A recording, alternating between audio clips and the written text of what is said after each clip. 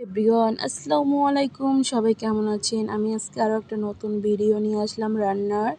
তার জন্য আজকে আমি খাসির গোশত রান্না করব।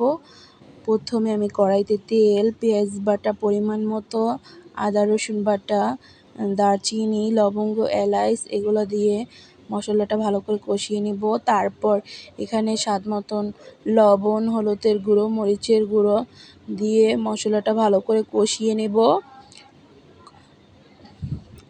কষিয়ে নেওয়ার পর সামান্য পরিমাণ পানি দিয়ে আর একটু মশলাটা কষিয়ে নিতে হবে। তারপর সামান্য পরিমাণ তেজপাতা দিয়ে দিলাম। এরপর মশলাটা কষানো হয়ে গেলে মাংসগুলো দিয়ে দেব। মাংসগুলো দিয়ে ভালো করে নাড়াচাড়া করে নিব। মাংসটা যতক্ষণ কষানো না হবে কিছুক্ষণের জন্য ঢেকে রাখবো।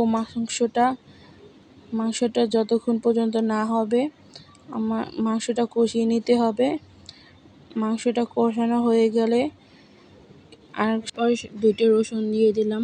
রসুন দিয়ে এলে মাংসটা অনেক ভালো লাগে খেতে। তারপর কিউব কিউব করে রাখা আলুগুলো দেব। আলুগুলো দিয়ে ভালো করে কষিয়ে নেব মাংসটা। যতক্ষণ পর্যন্ত আলুটা ভালো করে না কষানো তা কিছুক্ষণের জন্য একটু ঢেকে দিলাম। তো আমার মাংসটা কষানো হয়ে গেছে। তারপর ঝোলের জন্য পানি দিয়ে দেব। পানি দিয়ে তারপর ফুটে উঠে গেলে তারপর উপর থেকে জিরার গুঁড়ি দিয়ে দেব। ধন্যবাদ।